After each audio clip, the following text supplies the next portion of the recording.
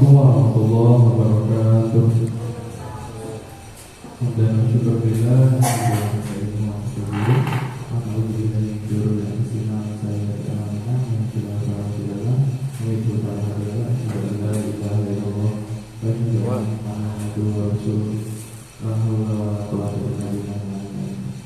bersama-sama dengan yang pertama mari kita panjatkan puji dan puji syukur atas kehadirat Allah yang telah memberikan kepada kita beribu-ribu kenikmatan, di antaranya yaitu nikmat iman, Islam dan nikmat sehat walafiat, sehingga kita dapat berkumpul dalam acara diseminasi penerapan budaya positif. Salawat beserta salam tetap tercurahkan kepada baginda alam Habibana wa Nabiyana Muhammad sallallahu alaihi wasallam, kepada keluarganya, sahabatnya, kaliannya dan kepada kita semuanya. Semoga berkah syafaatnya yang nanti. Amin ya Allah ya Rabbal alamin. Yang saya hormati kepala sekolah Santiago Alami, Bapak Sadi Murakadi. Yang saya hormati Bapak Ibu guru yang sudah hadir. Saya sang MC akan membawakan susunan acara pada siang hari ini. Adapun acara yang pertama itu pembukaan, acara yang kedua menyanyikan lagu kebangsaan Indonesia Raya, acara yang ketiga sambutan-sambutan, acara yang keempat acara inti, dan acara yang terakhir menutup atau doa. Langsung saja ke acara yang pertama yaitu pembukaan. Mari kita buka acara ini dengan membaca basmalah bersama-sama. Bismillahirrahmanirrahim. Acara selanjutnya yaitu menyanyikan lagu kebangsaan Indonesia Raya yang akan dipandu oleh Umisri. Kepada beliau waktu dan tempat kami persilakan.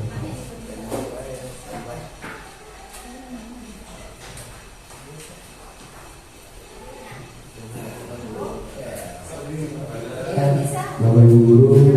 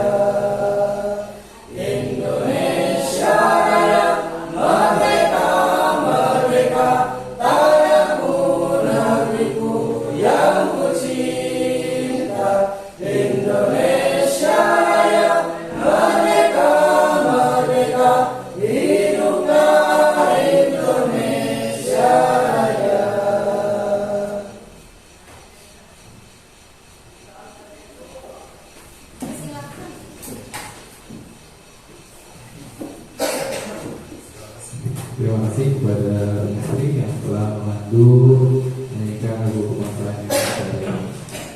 Acara yang ketiga yaitu sambutan kepala sekolah kepada Bapak Sadi Murakadi.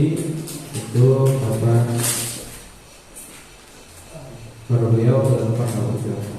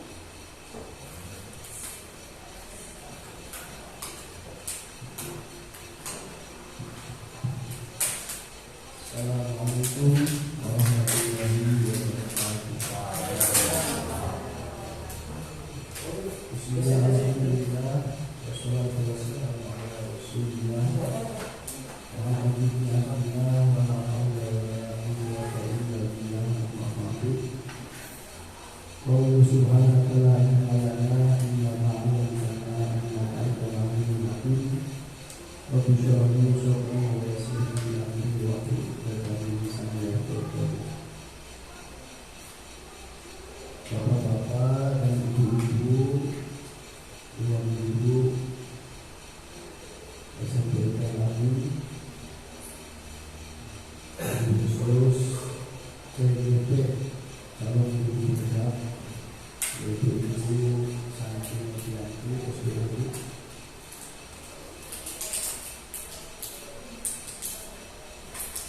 Sudah bersyukur, alhamdulillah atas limpah rahmat taufik dan hidayahnya. Pada hari ini kita dapat berkumpul dalam rangka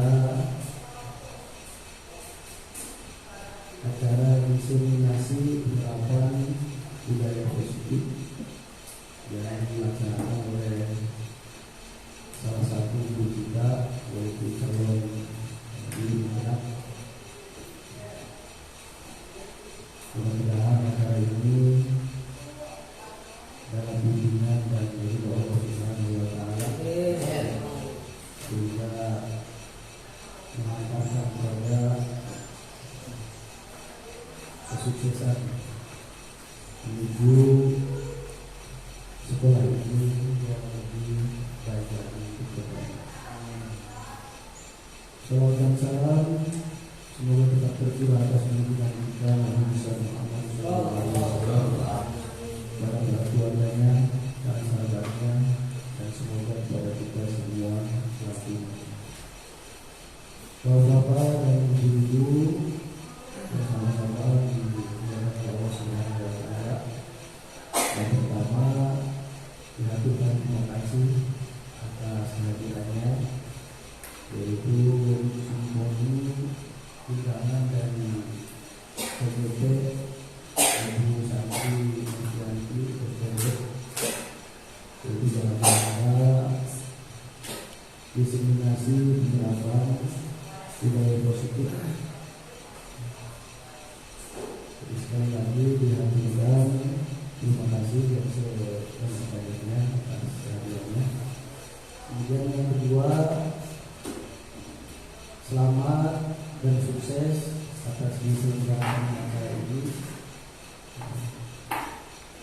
Acara ini diberi tema yaitu acara diseminasi penerapan budaya positif,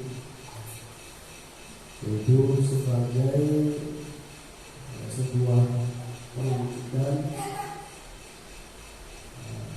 atau pelaksanaan tahapan-tahapan untuk mencapai kepada status guru penggerak. Jadi kalau sekarang sebutnya masih sebagai calon guru penggerak, belum guru penggerak.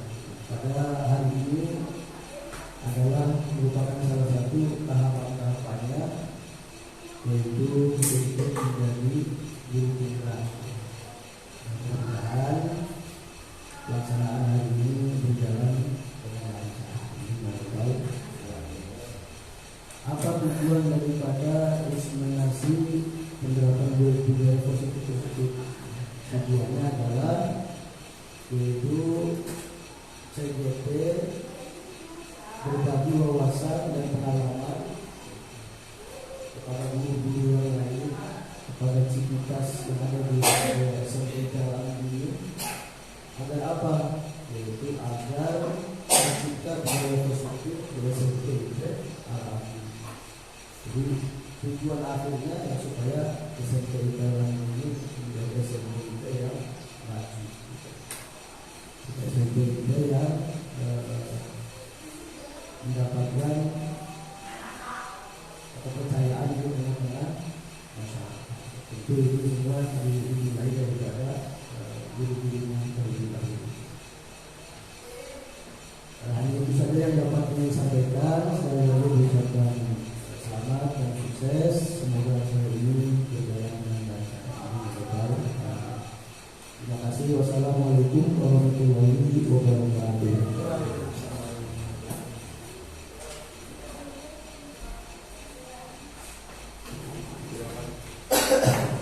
Terima kasih kepada Bapak Kepala Sekolah Pak Radinur atas sambutan. Selanjutnya yaitu acara inti diseminasi budaya positif yang akan disampaikan oleh Ibu Sati Mafiati SPDI. Kepada beliau dan Bapak silakan.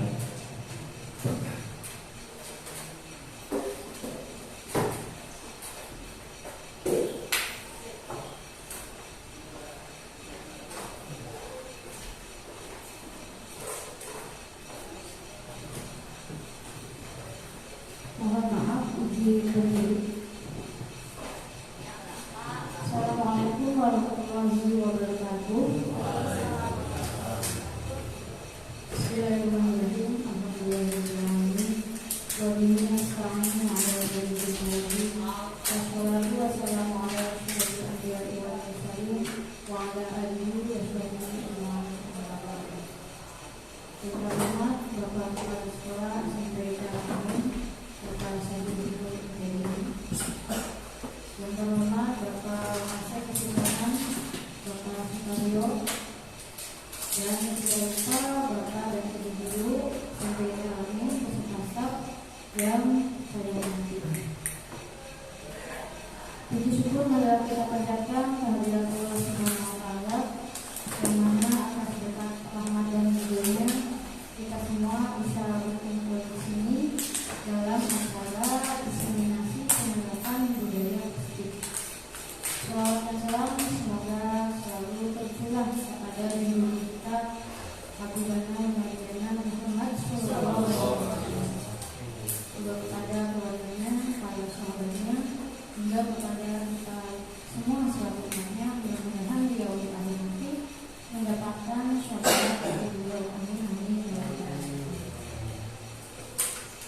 Baik Bapak-bapak dan Ibu, sebelum saya menyampaikan materi, terlebih dahulu saya ingin mengucapkan terima kasih banyak kepada Bapak dan Ibu yang telah meluangkan waktu untuk memenuhi undangan dari saya. Kemudian yang kedua, mengucapkan mohon maaf yang sebesar-besarnya karena telah mengganggu aktivitas Bapak dan Ibu baik di sekolah maupun di rumah. Karena ada acara ini, otomatis aktivitas Bapak dan Ibu ada yang ditunda.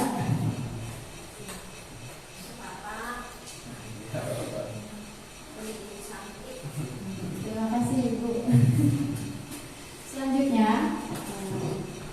saya akan mulai menyampaikan untuk acara ini, yaitu diseminasi penerapan budaya positif. Diseminasi, apa sih latar belakang dari adanya acara ini? Ini latar belakang diadakannya diseminasi penerapan budaya positif di SMP Karawaci adalah karena wawasan dan perilaku murid atau guru masih belum sesuai dengan budaya positif. Kemudian di samping itu, ini adalah tugas aksi nyata dari modul 1.4 tentang budaya positif. Untuk diketahui saja oleh Bapak dan Ibu, sekarang ini saya sudah menjalani pendidikan guru penggerak selama 2 bulan dari 6 bulan. Dan modul yang sudah selesai itu adalah modul 1. Modul 1.1 itu tentang paradigma merdeka belajar sesuai dengan pemikiran belajar Dewantara. Terus yang kedua itu tentang nilai dan peran guru penggerak. Dan yang ketiga visi guru penggerak. Kemarin Bapak dan Ibu di kantor sudah bersama-sama kita ingin visi sekolah itu benar-benar terwujud pada saat pendampingan guru. Dan kemudian ini adalah modul 1.4. Modul 1.4 itu tentang budaya positif.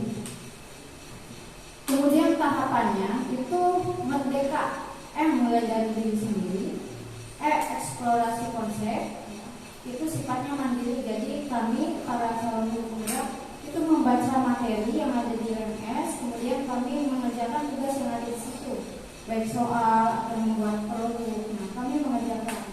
Kemudian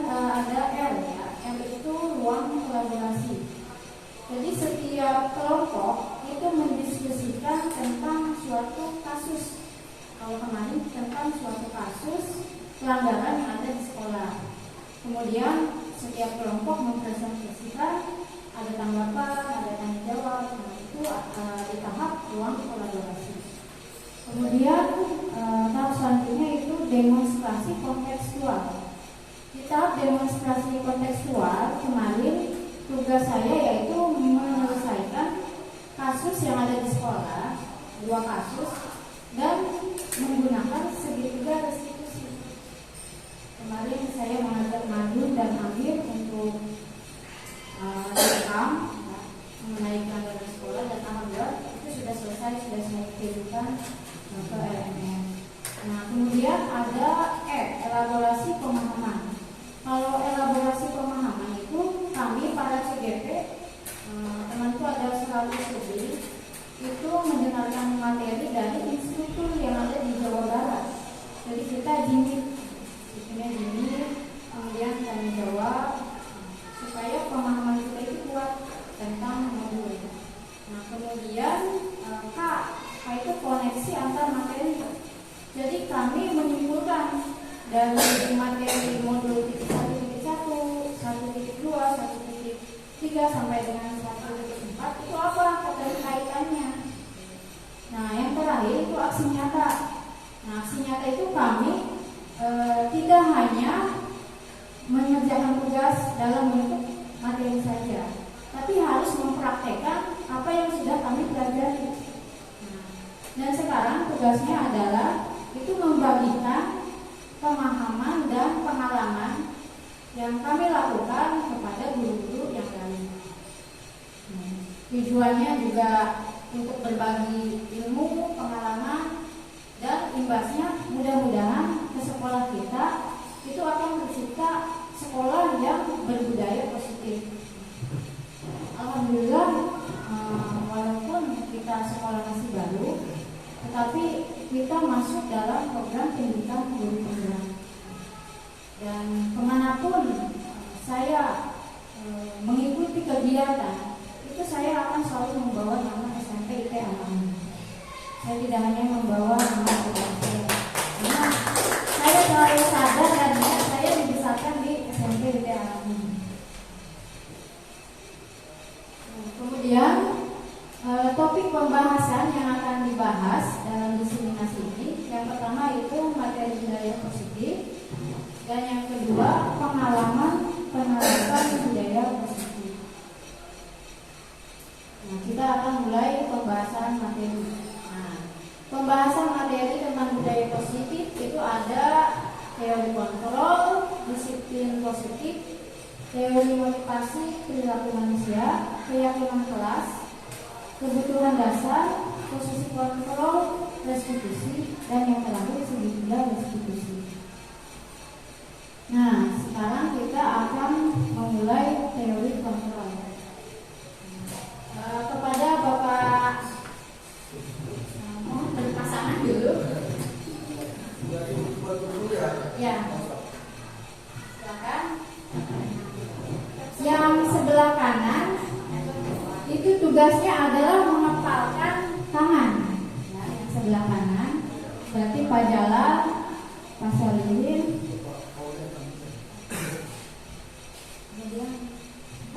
Sama ya. Oh ya, sama ya.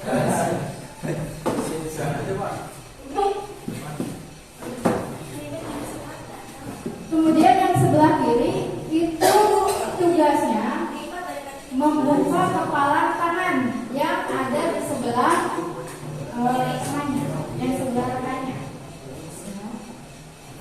Jadi yang sebelah kanan pengepalan tangan, bagaimana caranya tangan itu tidak boleh terbuka, ya. Dan yang sebelah kiri membuka kepala tangan rekannya. Bagaimana caranya si temannya itu supaya membuka kepala tangan? Paham Bapak Ibu? Paham berarti sama Pak Ahmad. Maksudnya yang sebelah kanan Pokoknya ditahan, ya ditahan. Sebisa mungkin ini kan nanti dibuka sama yang sebelah, sebisa mungkin jangan terbuka. Yang sebelah sebisa mungkin dibuka, mau di terserah bagaimana caranya.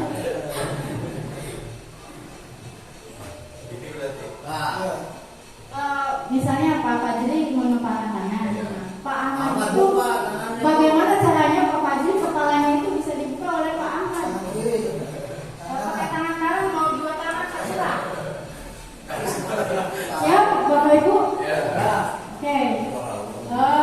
Kita mulai. Silakan. Silakan.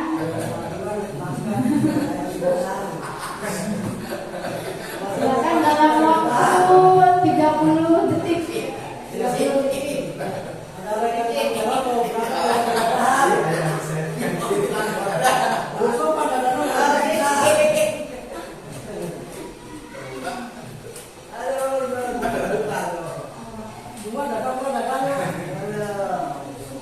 Nah, sekarang saya mau bertanya untuk yang mengepalkan tangan.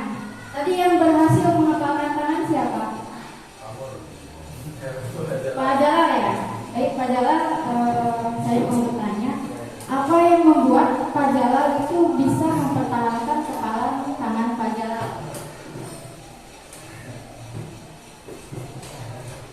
Ketika kamu mengatakan ada teman yang berdiri pada cukup mendadahkan tangan pakai tangan kiri karena tangan kanannya ada tugas mengepalkan. Berarti Pak Jalal kuat karena ada tugas mengepalkan tangan. Kemudian yang berhasil membuka kepalan tangan Pak Ibad. Silakan Pak Ibad, alasannya kok bisa berhasil membuka kepala tangan?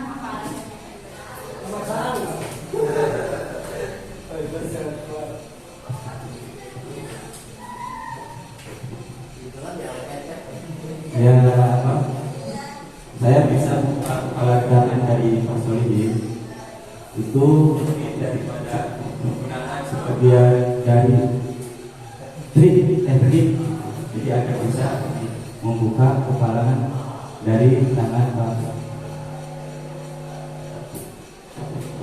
Ini mau mencoba?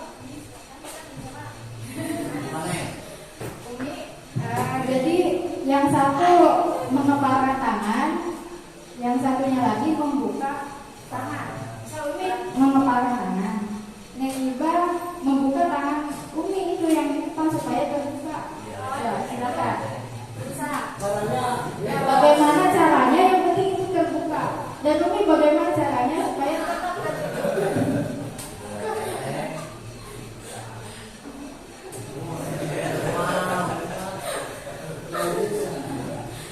Tidak bisa Bu. Oh, ternyata tidak bisa. Berarti yang kuat adalah Umi ya. Umi, bagaimana pendapat Umi? Umi itu sampai bisa bertahan.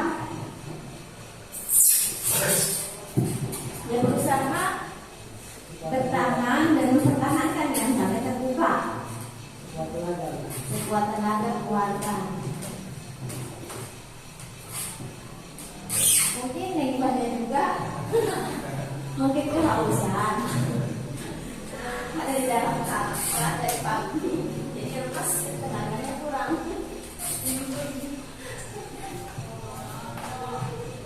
Baik Bapak dan Ibu, itu adalah pertanyaan pemantik ya. Kita sebelum ke materi itu adalah pemantik. Apa sih yang kita lakukan tadi? Yang kita lakukan itu adalah tentang teori kontrol ya. Teori kontrol. Jadi setiap orang akan mengontrol dirinya karena adanya tugas. Karena adanya kebutuhan ya, supaya ingin menang ya, berbagai cara dilakukan. Yang menghafal tetap bertahan ya. Kemudian yang membuka, bagaimana ada yang digelitik atau gimana. Nah itu termasuk dalam teori kontrol.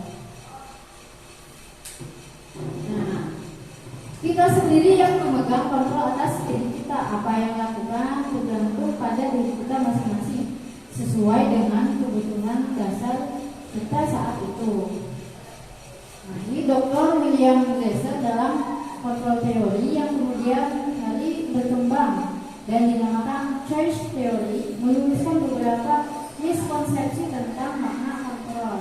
Jadi selama ini kita itu memaknai kontrol itu salah. Jadi kesannya kalau kontrol itu berarti atasan kepada bawahan, atau yang lebih tua kepada yang lebih muda. Nah, sebenarnya kontrol itu ada dalam diri masing-masing. Kita sendiri yang memegang kontrol atas diri kita. Jadi mau kita makan, mau kita baik, mau kita buruk, itu tergantung pada diri kita sendiri. Itu yang lebih baik. Jadi bukan tergantung pada orang lain. Nah, ini ada miskonsepsi tentang makna kontrol. Nah, ilusi guru mengontrol murid. Nah, ini guru mengontrol murid karena itu tadi miskonsepsi bahwa murid itu harus selalu dikontrol oleh guru supaya disiplin. Padahal seharusnya murid itu dari dirinya sendiri ingin disiplin. Kemudian ilusi bahwa semua perbuatan positif efektif dan bermanfaat. Kemudian ilusi bahwa kritik dan membuat orang merasa bersalah dapat menguatkan karakter. Kita itu sering ya Pak, Bu, kepada anak itu mengkritik, mengancam, bagaimanapun caranya supaya mereka itu disiplin. Tapi ternyata apa? Kadang-kadang mereka tetap begitu lagi ya. Itu karena apa? Karena belum ada kesadaran dari dalam diri mereka, belum ada kontrol yang positif dari diri sendiri. Nah, selanjutnya yaitu tentang disiplin positif. Disiplin positif merupakan unsur utama terwujudnya budaya positif. Disiplin berarti mengontrol diri dan bagaimana menguasai diri untuk memilih tindakan yang mengacu pada nilai-nilai kebajikan universal berdasarkan keinginan sendiri. Nilai-nilai kebajikan universal. Nilai-nilai universal berarti nilai-nilai kebajikan yang disepakati bersama, lepas dari suku bangsa, agama, bahasa maupun latar belakangnya. Contohnya nilai-nilai kebajikan itu adalah contohnya keimanan, kemudian saling menyayangi, menjaga ketertiban, terus saling menghargai, saling menghormati. Nah, itu termasuk dalam nilai-nilai kebajikan. Namun sekarang ini nilai-nilai kebajikan universal tersebut itu menjadi ini profil pelajar Pancasila. Kalau di sekolah yang sudah kurikulum merdeka, yang jadi patokan itu adalah profil pelajar Pancasila. Jadi bagaimana pembelajaran itu bisa mencapai profil pelajar Pancasila. Kalau kita di kurikulum 2013 itu masih mengacu kepada penilaian sikap, pengetahuan, dan keterampilan. Tetapi untuk di kurikulum merdeka itu patokannya adalah profil pelajar Pancasila. Nah, ini ada 6, yaitu beriman, bertakwa kepada Tuhan Yang Maha Esa, dan berakhlak mulia. Nah, sebenarnya di SMP Al-Amin juga sudah menerapkan aplikasi dari kurikulum merdeka. Walaupun kita masih 2013, tapi apa yang kita lakukan itu sudah mendekati kurikulum merdeka. Contohnya apa? Di kita ada sholat duha, pembiasaan sholat duha. Kemudian yang sudah mulai berjalan itu pembiasaan membaca Asmaul Husna atau surat Al-Waqiah sebelum masuk. Nah, itu termasuk dalam beriman, bertakwa kepada Tuhan Yang Maha Esa. Kemudian mandiri. Nah, bagaimana anak itu supaya mandiri? Selain dikasih tugas atau apa, nanti kita selipkan di setiap pembelajaran, kita kita selipkan nilai-nilai kebajikan ini. Kemudian bernalar kritis. Kita juga harus membuat anak itu berpikir kritis. Bisa dengan memberikan pertanyaan yang menantang atau bagaimana nanti ketika di kelas. Jadi jangan sampai anak itu hanya kita suapin materi, kita ceramah, anak mendengarkan, tidak harus seperti itu. Jadi kita harus memberikan pertanyaan pematik, misalnya sebelum belajar. Jadi anak itu suruh berpikir dulu. Ya. Kemudian berkebinekaan global, bergotong royong, dan kreatif. Nah, sekarang kita lanjut ke teori motivasi. Nah, ada pertanyaan romantis lagi. Sebagai seorang guru, saat Anda hadir mengajar di kelas tepat waktu, motivasi apakah yang mendasari tindakan Anda? Silakan yang mau menjawab, siapa? Silakan. Oh, silakan. Bapak-bapak dulu.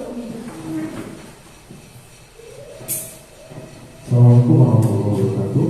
Menjawab pertanyaan yang diberikan Ibu Santi, sebagai seorang guru saat hadir mengajar di kelas tepat waktu adalah motivasi apa kontrol diri saya terhadap tanggung jawab saya sebagai seorang guru. Itu untuk contohkan tindakan yang akan diikuti oleh murid.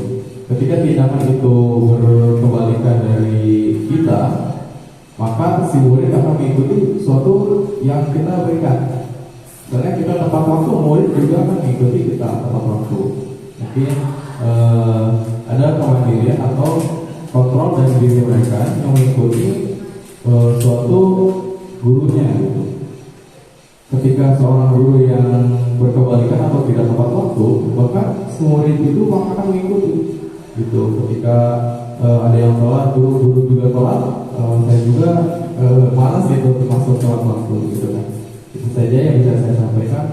Terima kasih. Assalamualaikum warahmatullahi wabarakatuh. Ya, terima kasih Bapak Fadli. Selanjutnya tadi Umi ya, ini sudah mengangkat tangan. Silakan Umi. Assalamualaikum warahmatullahi wabarakatuh. Mungkin isinya sama dengan Pak Fadli yang pernah sampaikan, tapi mungkin nambah sedikit. Karena dengan kami hadir tepat waktu itu sama, yaitu kontrol untuk diri sendiri dulu, juga memberikan contoh pada anak-anak, dan seringkali saya sudah datang tapi murid belum ada. Yang kadang-kadang juga datang terlambat tapi murid memang belum ada.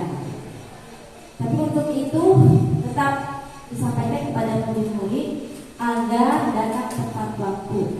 Umi belum datang, kalian harus sudah ada, seperti itu. Dan itu akan mendapatkan penilaian khusus dari Umi, karena kehadiran juga kerapihan, kreativitas anak akan dapat penilaian dari itu untuk motivasi anak-anak supaya dia merasa senang dan semangat untuk belajar. Mungkin itu saja. Ya, terima kasih Ibu.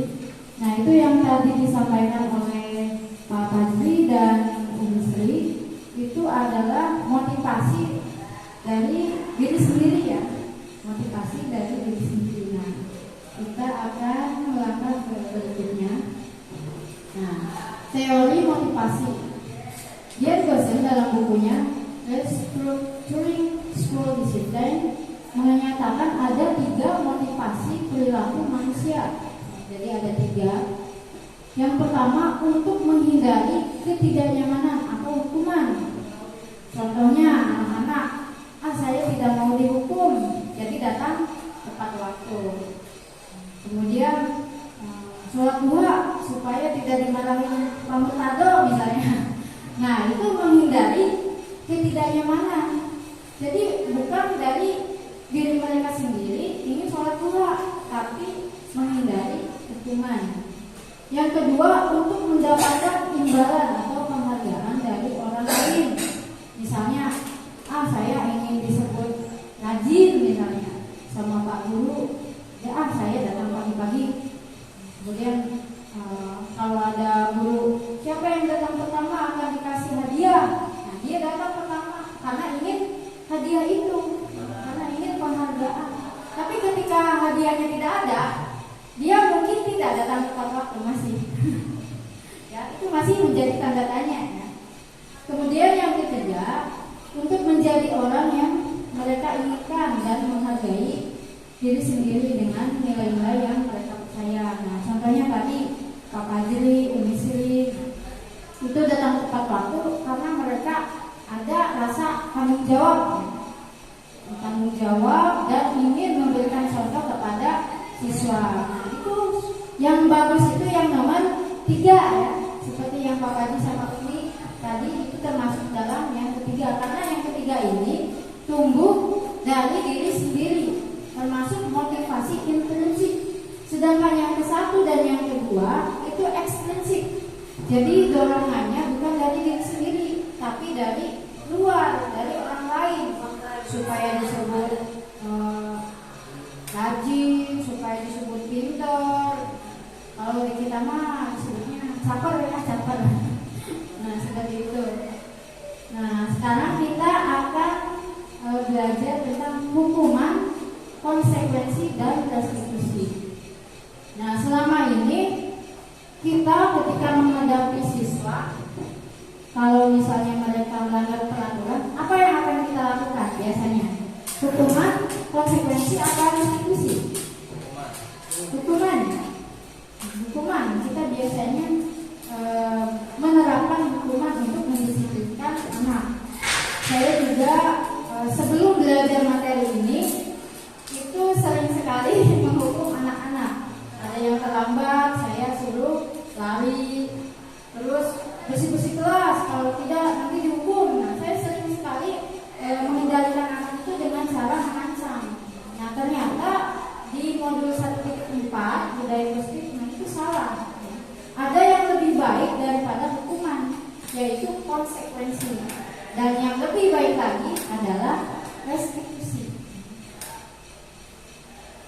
Ini ada pertanyaan reflektif. Nah, ini ada kasus. Iva kurang menguasai pelajaran matematika, sehingga pada saat pelajaran tersebut berlangsung, ia lebih banyak berdiam diri atau menggambar di buku pelajarannya. Pada saat guru matematikanya, Pak Seno, menanyakan pertanyaan, Iva menjadi gugup dan tak sengaja menjatuhkan tasnya dari kursi, serta tiba-tiba menjadi gagap pada saat berupaya menjawab. Seluruh kelas pun tertawa melihat perilaku Iva yang bicara tergagap dan terkejut tersebut. Pak Seno pada saat itu membiarkan teman-teman Iva menertawakan Iva yang tergagap dan malu luar biasa, dan malahan meminta Iva untuk maju ke depan dan berdiri di depan kelas sambil menunjuk hidungnya karena tidak bisa menjawab pertanyaan Pak Seno. Kelas semakin gaduh dan anak-anak pun tertawa melihat Iva di depan kelas memegang ujung hidungnya. Ini tergambar tidak Pak? Kasusnya seperti apa? Ya. Tergambar ya. Nah, sekarang ada pertanyaan. Yang pertama, apakah Anda setuju dengan tindakan Pak Seno terhadap Iva? Setuju atau tidak? Silakan. Mengapa? Yang kedua, menurut Anda tindakan Pak Seno terhadap Iva adalah sebuah hukuman atau konsekuensi? Mengapa? Silakan, ada yang mau menjawab? Boleh nomor 1, boleh nomor 2, atau dua-duanya diborong? Silakan. Ya, silakan.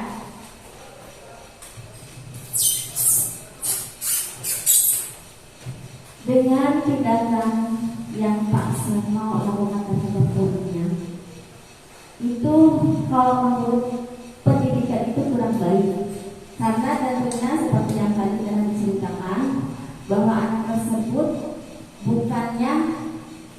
merasa percaya diri, malah dia merasa orang yang tidak mampu apa-apa, terutama stres ya, terutama stres, malu sama anak-anak. Dan dengan kejadian tersebut bukan memberikan motivasi untuk anak tersebut menjadi lebih baik dalam belajar atau menghadapi pelajaran atau materi guru yang diarahkan atau dipelajarkan, tapi anak tersebut akan semakin down. Jadi mungkin itu tindakan yang kurang tepat.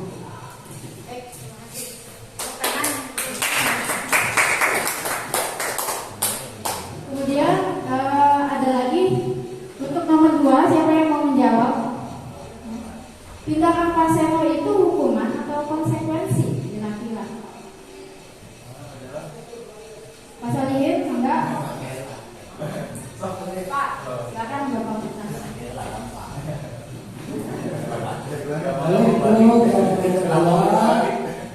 Jawabannya adalah pasal itu hukum. Mengapa? Kalau seseorang tersebut menjadi don atau dipermalukan di depan umum. Itu saja jawabannya.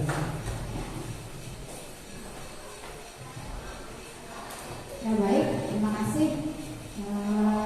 Garis besarnya ternyata hukuman itu membuat anak menjadi down ya. Hukuman membuat anak menjadi down, baik dengan perkataan ya atau perbuatan, misalnya disuruh bersih-bersih atau perkataan begini itu akan membuat anak menjadi down. Saya sendiri itu pengalaman Bapak Ibu, waktu saya kelas 5 SD, masih ingat sampai dengan sekarang. Karena kita itu biasanya yang diingat itu hal-hal yang menyenangkan dan menyedihkan ya, itu harus selalu diingat. Saya waktu kelas 5 SD itu ada guru baru, guru bahasa Inggris. Saya itu waktu SD aktif dari kelas 1 sampai saat itu selalu aktif. Ketika guru siapa nih yang bisa, saya selalu ngacung, kemudian menjawab. Nah, suatu hari ketika saya menjawab, jawaban saya itu salah. Nah, guru itu malah bilang begini, kalian itu kalau memang tidak bisa menjawab, ya sudah mendingan diam daripada menjawab salah. Dia bilang seperti itu. Sejak saat itu saya menjadi down, kepercayaan diri saya hilang, kemudian trauma, jadi selalu takut ketika mau menjawab pertanyaan guru. Itu sampai saya SMP, sampai saya SMA, sampai saya kuliah, itu saya seperti itu. Jadi kalau misalnya ada guru, siapa nih yang bisa mengerjakan soal? Saya bisa misalnya. Saya tidak akan tepat, saya menyuruhnya teman saya. Ini jawabannya, ayo maju gitu.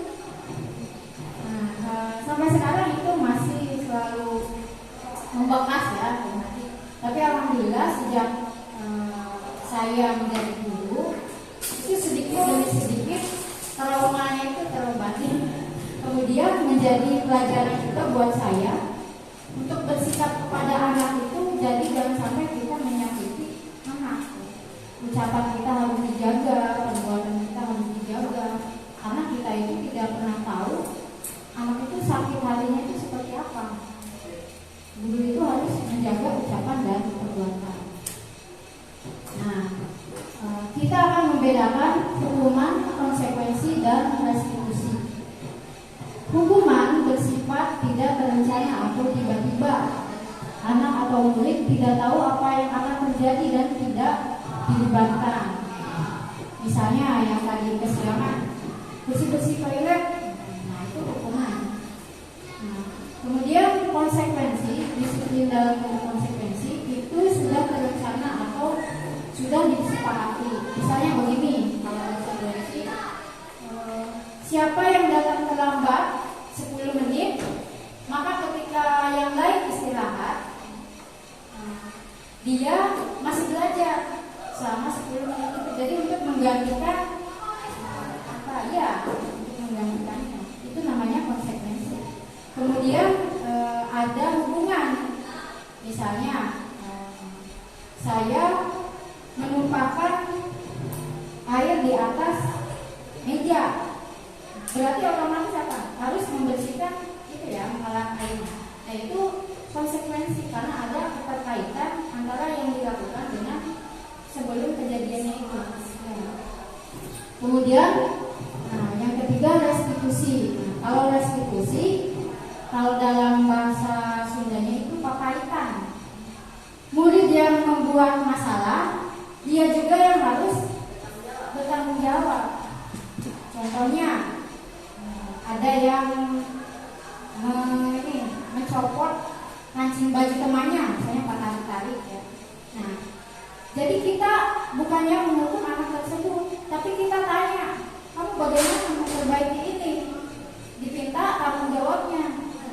Oh iya, saya akan mengganti kancing bajunya, misalnya harus dijahit misalnya kayak pulang. Nah itu restitusi. Ini adalah cara yang paling baik untuk mendisiplinkan anak. Nah kemudian ini ada pertanyaan, hukuman atau konsekuensi. Yang pertama, kelihatan nggak Pak? Sebutkan ya. Mencatat 100 kali di dalam buku kalimat, saya tidak akan terlambat lagi karena terlambat sekolah. Nah itu hukuman atau konsekuensi? Jadi ada yang terlambat, suruh mencatat 100 kali. Konsekuensi atau hukuman? Itu hukuman. Hah? Hukuman. Hukuman atau konsekuensi? Konsekuensi. Hukuman itu kalau mencatat 100 kali di dalam buku berupa kalimat saya tidak akan terlambat lagi. Tulisannya tidak akan terlambat. Selama sebanyak 100 saya tidak akan terlambat lagi. Saya tidak akan terlambat. ya berarti itu ngagawekeun itu hukuman. Baik, menurut Mas Oyen itu hukuman. Silakan ada yang menjawab konsekuensi. Saya konsekuensi. Oh, konsekuensi. Nah sekarang ada kaitannya enggak mencatat dengan terlambat? Ada kaitannya tidak? Kalau tidak ada, itu berarti hukuman. Nah, kemudian yang kedua, lari mengelilingi lapangan basket 2 kali karena terlambat hadir di sekolah. Hukuman atau konsekuensi? Kemudian membersihkan coretan yang dibuatnya di meja tulis. Konsekuensi. Murid diminta untuk push up 25 kali karena tidak menggunakan masker di sekolah. Hukuman. Kenapa hukuman? Iya, karena ada kaitan hukuman sama masker. Nah, kemudian menggantikan kertas tugas teman yang telah dicoret-coret. Konsekuensi.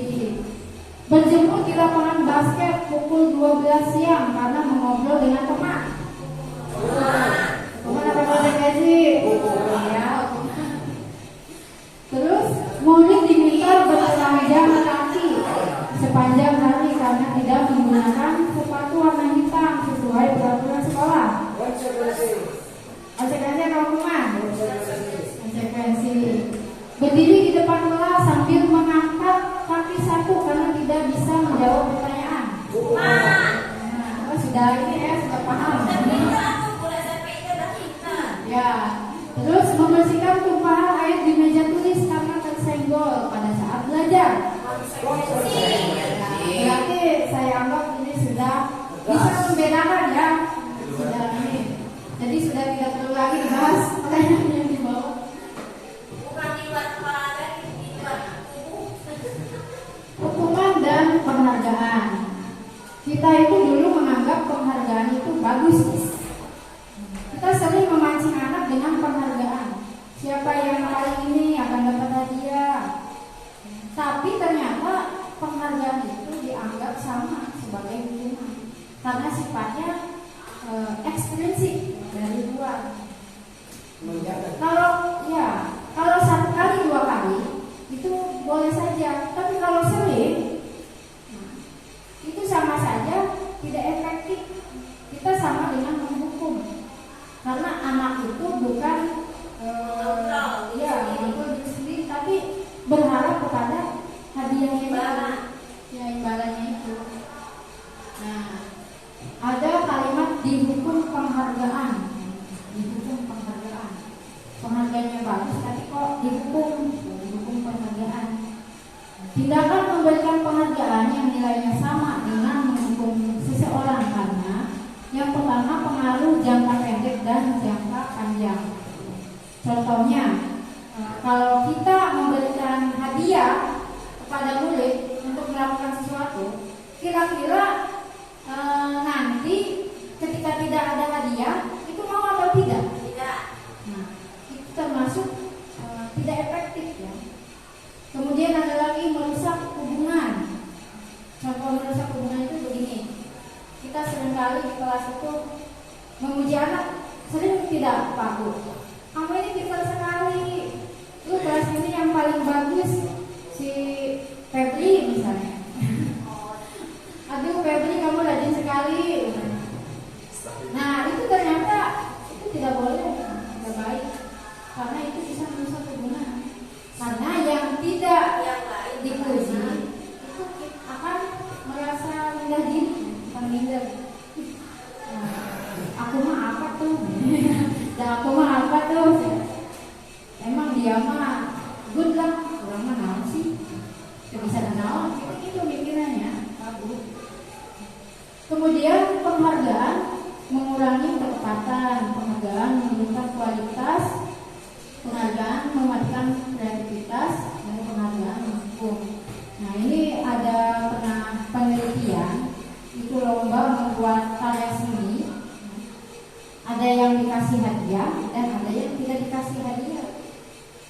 Ternyata yang lebih bagus itu yang tidak dikasih hadiah. Nah, itu karena mungkin ketika mengerjakan karya itu dia berpikirnya ke hadiah. Ini hadiah yang dibayangkan adalah hadiah. Bagaimana caranya supaya mendapatkan hadiah? Akhirnya dia itu tidak alami dalam membuat karya seni. Tidak full, tidak fokus lah, tidak fokusnya ke hadiah. Jadi nanti kita kalau di kelas usahakan dari sekarang jangan pernah memuji anak atau mengurung anak lah. Jangan di depan yang lain. Kalau mau memuji si A itu harus secara pribadi. Itu rajin. Jadi ketika berdua saja, jangan sampai yang lain itu mendengarkan. Coba berulang si Febri tak tampilin apa di kelas. Contoh. Nah, kemudian ke keyakinan kelas. Kalau selama ini kita mendengarnya tentang peraturan ya, peraturan kelas, peraturan sekolah. Nah sekarang dalam budaya positif itu dirubah menjadi keyakinan kelas.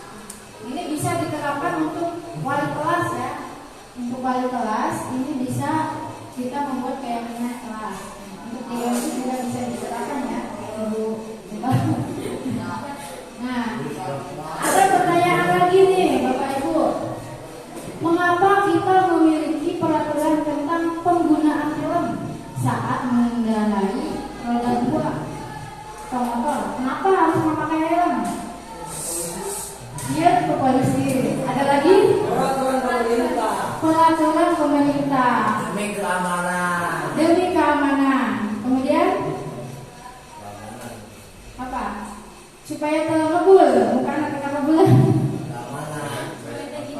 Yang kedua, mengapa kita memiliki peraturan tentang penggunaan masker dan mencuci tangan setiap saat? Ini pada saat corona. Kenapa?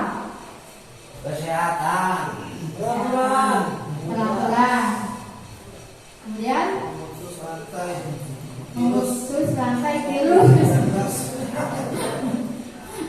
Nah, sebenarnya ada nilai yang bisa kita ambil. Memang peraturan ya,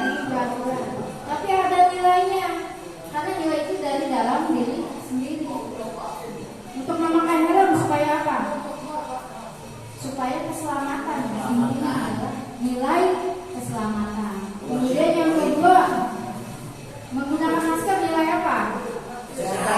Kesehatan supaya tidak Amuk masuk. Nah, itu adalah nilainya.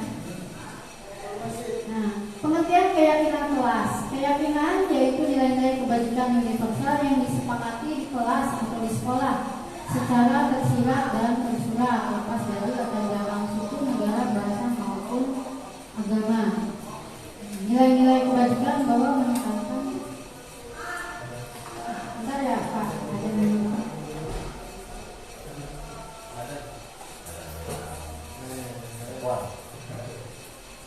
Minum dulu. Sekarang di mana nih? Kuenya. Nambah Pak, nambah. Oh China ambil itu kan. Namun kira nanti cari ke bapak kepala sekolah wae ya.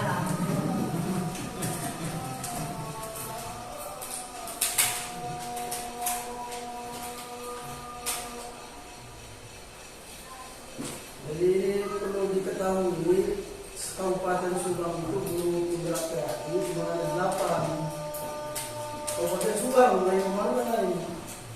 Di Kabupaten Subang ada guru penggerak kreatif itu ada 8. Nah Sepantura, sekolah Sepantura itu hanya SMP Jalani yang masuk di Sanju. Alhamdulillah. Ya kita perlu disyukuri alhamdulillah. Sementara SMP yang dianggap oleh masyarakat, wow, nggak ada yang masuk. Ya gua.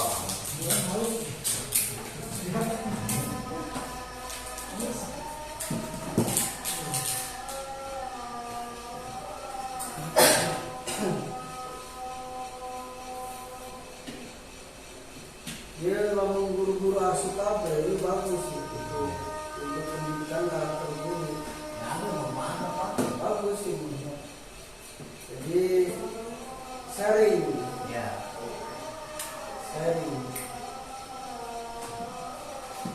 Kadang-kadang kita baru tahu kekurangan kita ketika orang lain yang cerita.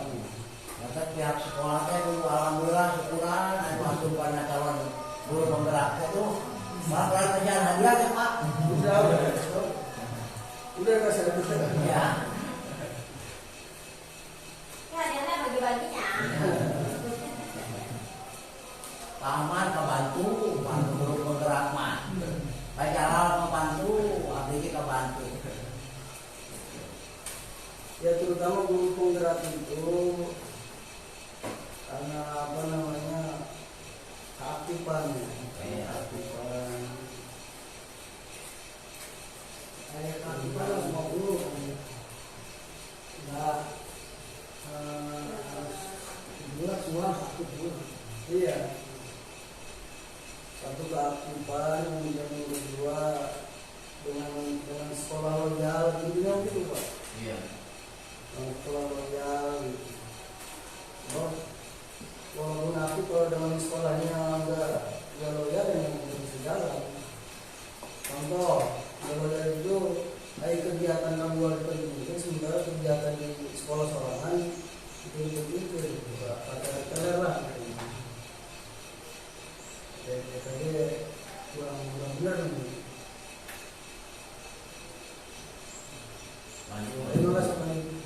Lanjut. Baik, dilanjutkan. Nah, ini ada pembentukan keyakinan kelas. Nah, sebenarnya prosesnya begini Pak. Saya kemarin sudah mempraktekkan di kelas 7 karena kebetulan saya wali kelas 7. Akhirnya saya menerapkan apa yang sudah saya pelajari tentang keyakinan kelas. Jadi kemarin saya membagikan kertas kepada anak-anak. Coba kalian sebutkan peraturan yang harus ada di kelas ini. Anak-anak itu menulis. Ada yang harus memakai sepatu, tidak boleh memakai sandal katanya. Karena sering di kelas itu memakai sandal. Tidak boleh makan dan minum. Terus tidak boleh mengganggu teman. Mereka menuliskan ada yang 10, ada yang 5. Kemudian Kemudian itu dikumpulkan kertas itu. Kemudian saya tulis di papan tulis apa yang mereka kemukakan tentang peraturan di kelas, ditulis. Kemudian yang sama dicoret. Contohnya memakai sepatu, tidak boleh memakai sandal. Itu kan sama. Tidak boleh memakai sandal dengan memakai sepatu, itu kan tentang seragam. Jadi yang sama dicoret. Nah, dari peraturan itu kita ambil nilai keyakinannya.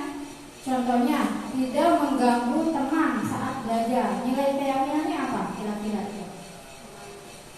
Kalau tidak mengganggu teman pada saat belajar, apa nilai keyakinannya? Saling apa? Nah, saling menghormati. Nah, itu akhirnya terbentuk keyakinan kelas, saling menghormati, saling menyayangi. Kemudian berdoa sebelum dan sesudah belajar, itu adalah nilai keimanan. Kemudian tidak membuang sampah sembarangan, kita ambil nilainya berarti menjaga kebersihan kelas. Itu boleh diterapkan untuk kelas 8 dan kelas 9. Kemudian sebenarnya yang bagus itu di sekolah itu ada keyakinan sekolah, Pak. Keyakinan sekolah, nanti guru dan murid itu berkumpul, kita membuat keyakinan sekolah SMP itu Al-Amin. Kemudian dibuatkan spanduk. Jadi bukan peraturan sekolah, keyakinan sekolah SMP itu Al-Amin. Saling menghargai, saling menyayangi. Di situ nilai-nilai yang dicantumkan. Jadi kalau nilai itu lebih ke motivasi prinsip diri sendiri. Nah, kemudian ada selanjutnya yaitu kebutuhan dasar manusia. Kalau kebutuhan itu apa sih, Pak, Bu? Kebutuhan sesuatu yang kita butuhkan. Nah, contohnya makan, ya. Terus duit, ya. Lipstick, Umi lipstick. Salah Umi, skincare. Kalau laki-laki apa kebutuhan dasarnya? Rokok. Nah, sebenarnya kebutuhan dasar manusia itu ada 5 ya, ada 5. Yang pertama bertahan hidup, contohnya beas, terus rokok itu bertahan hidup. Tapi laki-laki kalau tidak merokok, kira-kira masih hidup atau tidak? Masih hidup tapi tidak bertahan. Goyok. Kemudian rasa kasih sayang dan rasa diterima, ya enggak? Sekarang misalnya kita nih perempuan sama suami dikasih uang sekepok, misalnya mau belanja bebas, tapi suaminya itu tidak sayang, kira-kira gimana? Kurang tidak? Bermalu. Oh, jangan mau. Bertolak belakang. Berarti yang penting uang apa kasih sayang? Duit. Ayo minta duit dari habis kasih sayang. Dia duit. Ya. Kemudian ada penguasaan. Penguasaan itu contohnya kita itu ingin diakui di kelas itu anak misalnya sebenarnya pintar, tapi kita itu guru kadang-kadang cuek. Ketika ada lomba dia tidak dibawa, jadi dia itu kurang penguasaannya. Makanya dia tidak akan semangat kalau ada lomba. Dibagi orang kalau diajak misalnya. Padahal nggak bisa, tapi kenapa sih cara dibawa? Kemarin saya ada ya yang lulus itu Rizky apa Rizky ya? Ya itu. Dia sebenarnya ingin mengikuti lomba ceramah. Saya tidak tahu kalau dia itu bisa. Akhirnya ada yang bilang, Bu, Rizky mau ikut lomba. Jadi sebelum saya menyakitinya, akhirnya saya tawarkan, silakan Ki, mau atau tidak. Yang penting saya sudah menawarkan. ikut lomba karena katanya waktu itu pulang ke rumah dan tidak bisa ikut ke sini. Tuh. Kemudian kebebasan itu contohnya apa? Menuntut hak. Murid menuntut ingin belajar bagus, ingin pendekatan dari guru, ingin kasih sayang dari guru, dan sebaliknya guru pun sama. Kemudian dalam memilih juga ya, dalam memilih. Ya enggak? Kita kalau disuruh memilih baju, misalnya Umi sama kamu, Mi mau yang mana? Enak gak Mi kalau seperti itu? Bebas kan Umi? Tapi kalau sama kamu, ini Mi mau panas mau nggak pakai? Ya. Mi perasaannya bagaimana? Gak enak kan? Gak enak. Enggak, kalau ini mah ungu pokoknya. Nah kemudian ada kesenangan. Jadi kesenangan itu contohnya kalau laki-laki biasanya supaya senang mancing ya, mancing. Kalau perempuan ke salon misalnya, yang suka ke salon. Kalau Mi yang membuat Mi senang apa Mi? Duit banyak.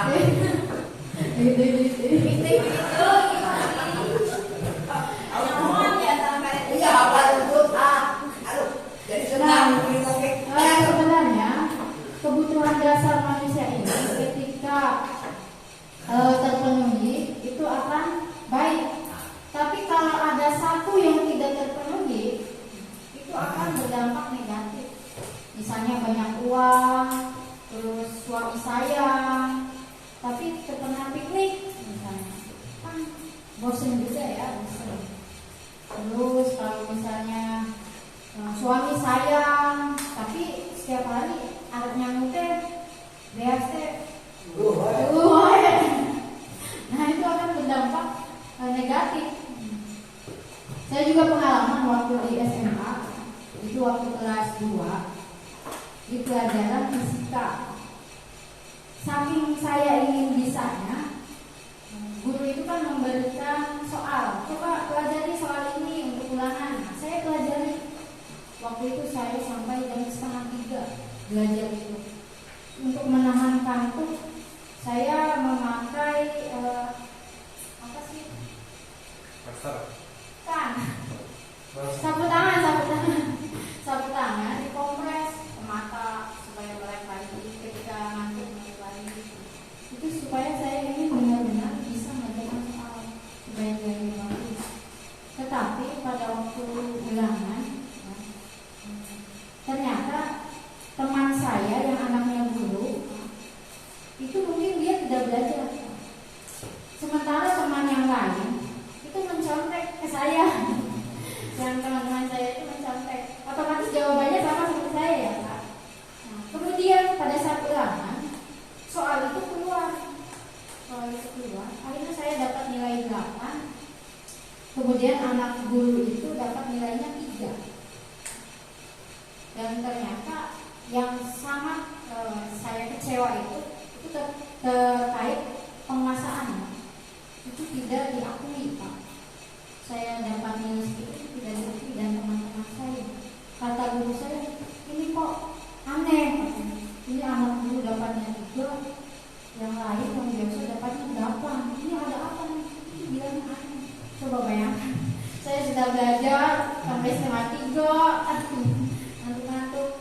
Akhirnya saya berdampak negatif karena tidak diakui. Akhirnya saya ke guru tersebut itu kurang respect. Sampai dengan sekarang itu masih nyari HP lah. Jadi kurang hormat saya itu kalau misalnya di sekolah ketemu guru itu saya kurang hormat. Nah, karena itu kebutuhan saya tentang penguasaan, kalau saya itu sebenarnya bisa, itu tidak diakui, malah diragukan. Apa karena saya bukan anak guru? Apakah anak guru itu selalu bagus ya? Itu kan tidak tidak menjadi patokan. Karena setiap orang mau anak guru mau bukan, itu punya potensi masing-masing. Nah itu juga menjadi pelajaran buat saya sekarang untuk tidak membeda-bedakan dan melihat status anak siapa. Kalau memang dia mampu, ya kita akui kemampuannya. Saya mau tanya Bu Santi, Ya. karena kalau Bu Santi melihat kejadian semacam itu terulang pada saat ini dan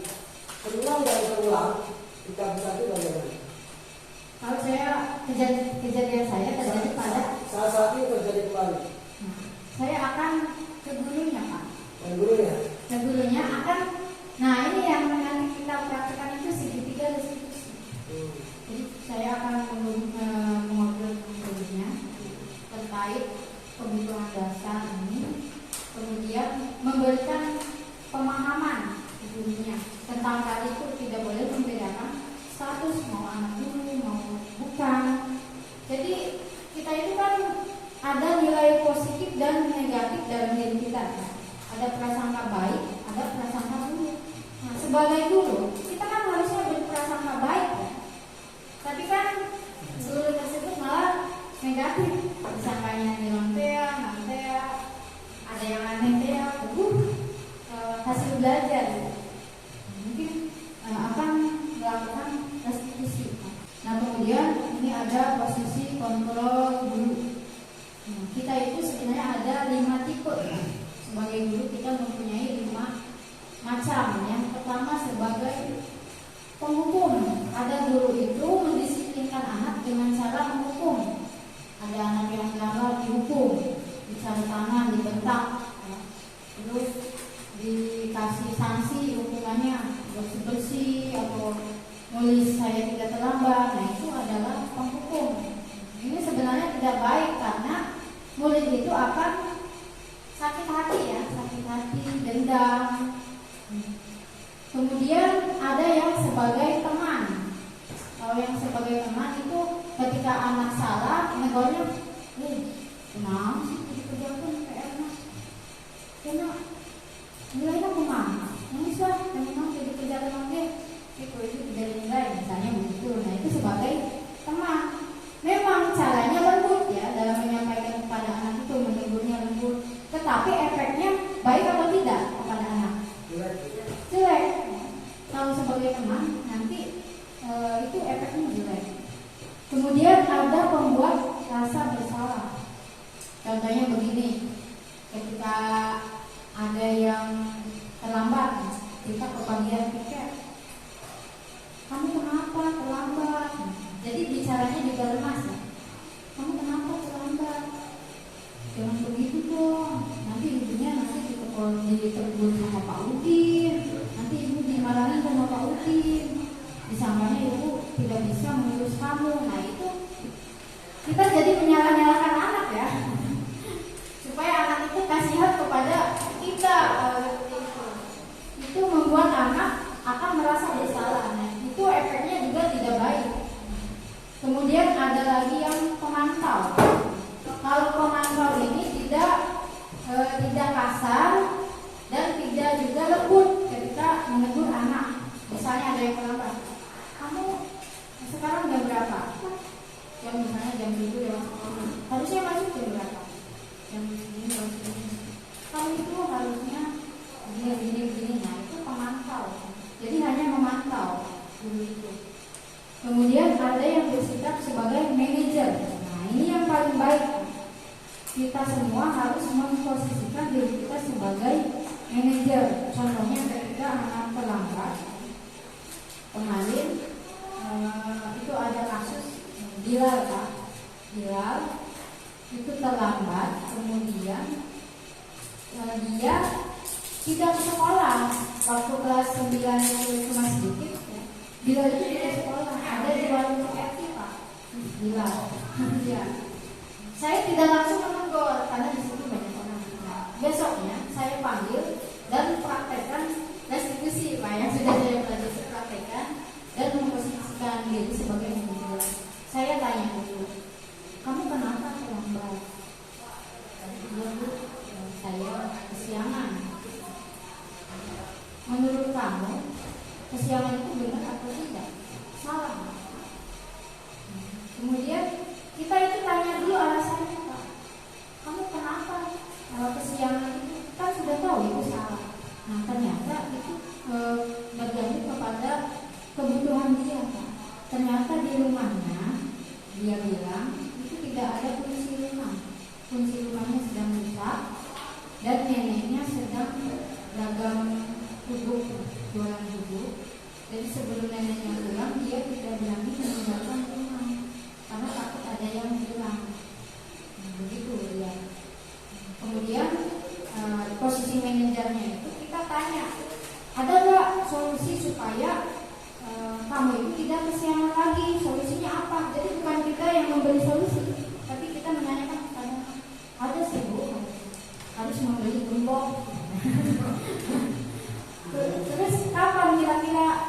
ya nanti katanya butuh uang. Kalau meminta ke neneknya katanya dia kasihan. Jadi nanti dia itu mau mengumpulkan uang untuk membeli gembok katanya. Nah itu solusinya. Jadi kalau sebagai manajer ya, kita harus membantu murid mencari solusi. Nah sekarang tidak tahu itu gemboknya sudah terbeli atau belum. Pas balik, sekiranya disanding bodoh. Nah, saya tidak tahu bilang itu bohong atau jujur ya. Tapi saya selalu mengedepankan prasangka baik itu Pak. Prasangka baik ya. Yang penting saya itu berprasangka baik. Kalau misalnya dia salah, berarti dia yang dosa gitu. Takutnya dia jujur, saya melanggar yang buruk, berarti saya dosa. Nah, kemudian ini segitiga restitusi.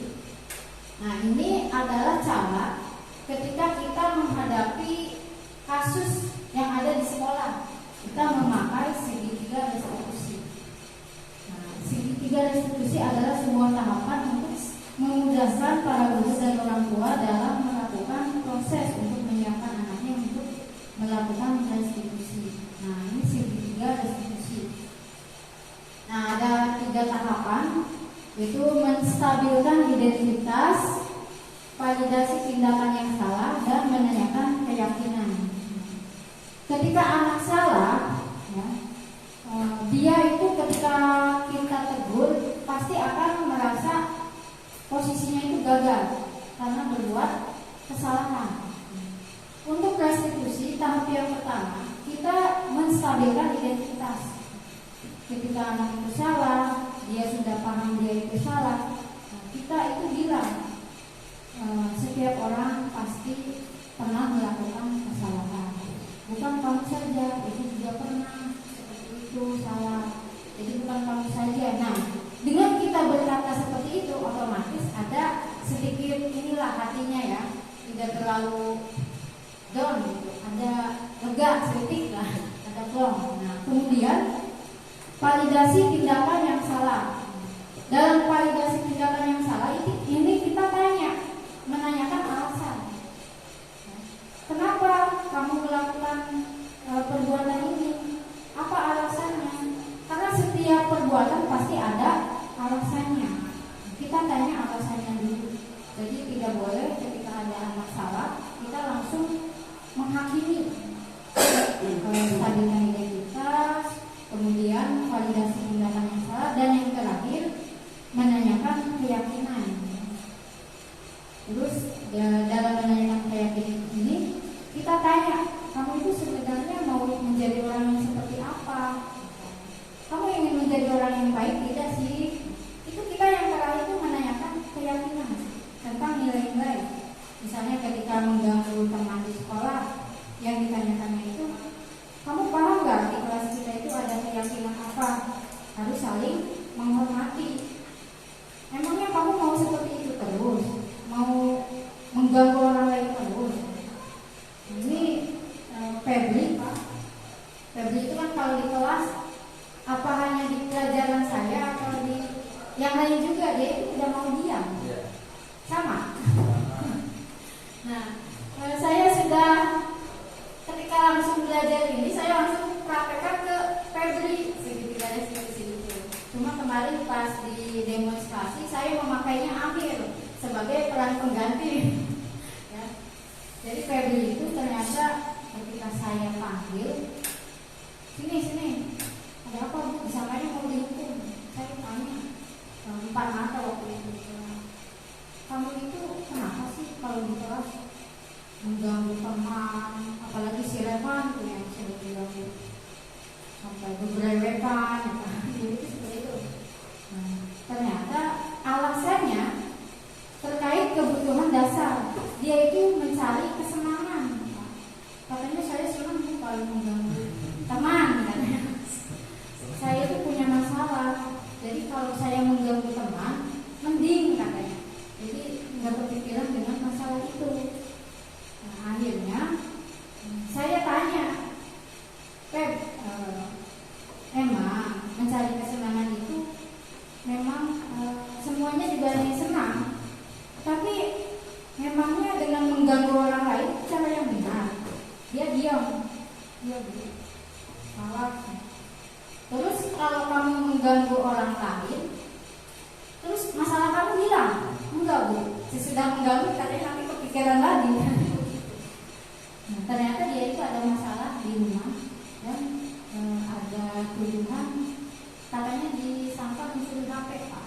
Jadi yang menghadapi masalah itu sampai berurusan dengan polsek. Akhirnya dia cerita, akhirnya saya di dia tentang keyakinan kamu bisa membedakan tidak mana yang baik dan mana yang benar. Bisa. Saya itu nongkrong dengan teman-teman yang lain mengambil stiker orang-orang yang anak Bandung atau apa, mengambil stiker si Febri ada di motor, terus tiba-tiba ada yang bilang HP, jadi disangkanya si Febri. Kemudian katanya dia mau dipanggil ke polisi waktu itu. Nah, akhirnya saya menjawab, bisanya kamu disangka maling, mungkin karena kamu bergaul dengan teman-teman yang seperti itu. Kemudian kamu itu selalu berperilaku buruk. Jadi ketika orang lain yang berbuat salah, disangkanya kamu. Terus akhirnya saya kasih pengertian. Akhirnya alhamdulillah dia ada perubahan. Ada perubahan di kelas sejak ngobrol itu ada perubahan.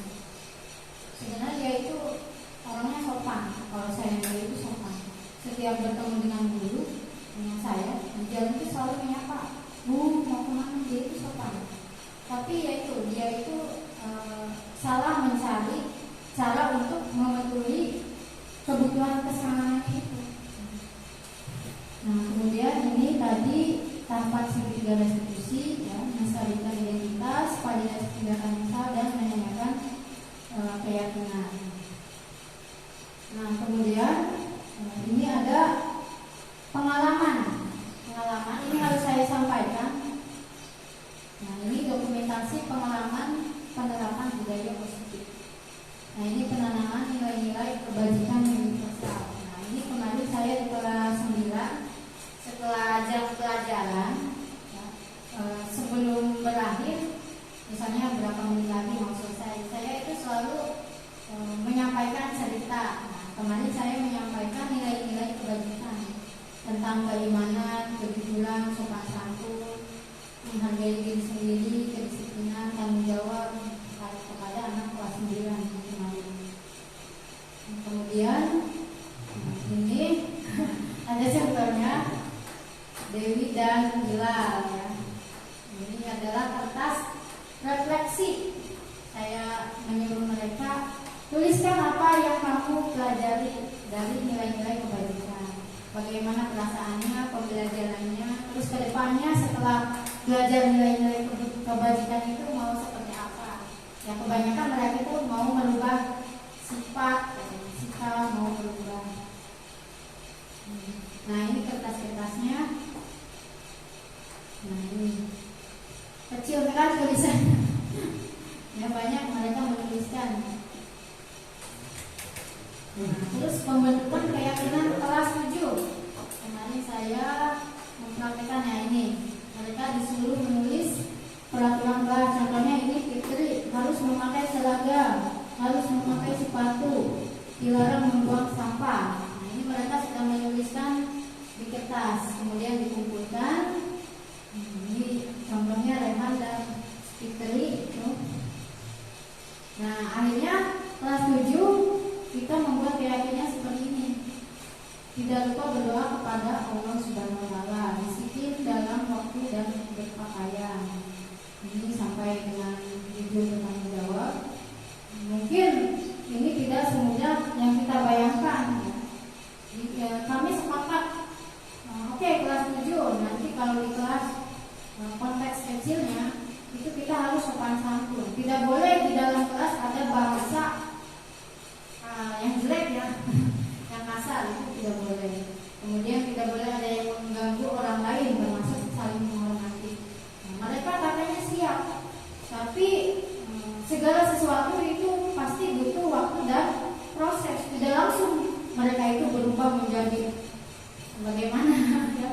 tidak langsung berubah menjadi baik itu butuh waktu, butuh proses.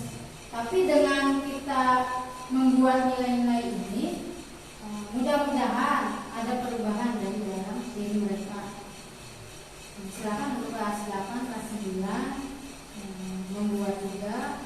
Dan untuk mudah-mudahan sekolah nanti kalau misalnya ada waktu Pak, kita adakan membuat keyakinan sekolah, kemudian dibuatkan spanduk. Dan nanti orang lihat di koordinasi aja, koordinir ya. Kamu siap, kamu. Koordinasikan aja. Kemudian ini sebenarnya berbentuk video. Berbentuk video ini tanggapan anak-anak tentang pembuatan keyakinan. Katanya ada yang senang karena kita ada keyakinan kelas, jadi bisa berubah. Nah, ini segitiga restitusi. Nah, ini Madun. Waktu itu pas saya ada tugas, kebetulan dia melakukan pelanggaran. Dia memakai celana olahraga di saat memakai batik. Kemudian dia juga kesiangan.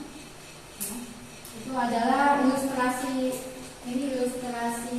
kejadiannya. Jadi kita itu syuting, ayo ceritanya terlambat, dia lari kelas itu. Kita syuting di dalam kelas. Nah, kemudian ini saya segitiga restitusi. Saya stabilkan identitas. Kamu pernah ini betul atau salah? Katanya salah. Dia sadar. Kemudian saya bilang, bukan kamu saja yang pernah melakukan kesalahan. Kemudian di alasan, saya tanya alasannya, karena dia itu habis meronda di pondok. Meronda katanya dulu sampai jam 2. Gak tahu benar nggak tuh Pak Fajri? Habis meronda dulu jadi terlambat. Kemudian itu sudah ini waktu saya tugas di rumah. Ada kamu ya Pak? Tadi saya bilang mau syuting katanya. Nah, itu ada. Nah, ini tanggapan Madun. Katanya dia deg-degan, takut dihukum. Ternyata tidak dihukum, jadi tenang. Katanya ini tanggapan dia. Karena saya setelah mempelajari ini itu tidak berani menghukum anak. Dia berani memberikan hukuman kepada anak. Nah, ini Amir. Ini dia mengganggu posisi Febri. Jadi Febri itu selalu mengganggu di kelas. Jadi kita ambil Amir sebagai peran penggantinya. Jadi ini ketika belajar dia mengganggu temannya. Kemudian ketika tidak ada guru, ribut di kelas. Itu kita praktekkan segitiga restitusi. Nah, kemudian ini Bilal ya, kemarin waktu kesiangan dan bolos saya panggil ke kantor. Ini tanggapannya. Ada kata-kata saya sadar bahwa saya salah. Kedepannya saya akan lebih baik. Ini setidaknya itu anak itu sadar dan ada keinginan untuk berubah. Ya mudah-mudahan tidak hanya berbentuk tulisan saja. Mudah-mudahan memang dari hati dia menuliskan ini. Nah, kemudian ini menumbuhkan motivasi intrinsik murid di sela-sela pembelajaran. Jadi kemarin setelah belajar saya juga menyampaikan motivasi bisa berbentuk cerita atau pengalaman kita sampaikan. Karena anak itu memang sukanya cerita. Kemudian yang terakhir, ini sesi terakhir, refleksi. Apa yang Bapak Ibu pahami hari ini? Silakan yang mau menjawab. Silakan yang belum.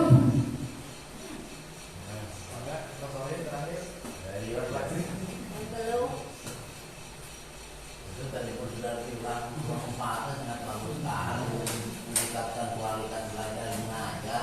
Pak? Silakan Pak.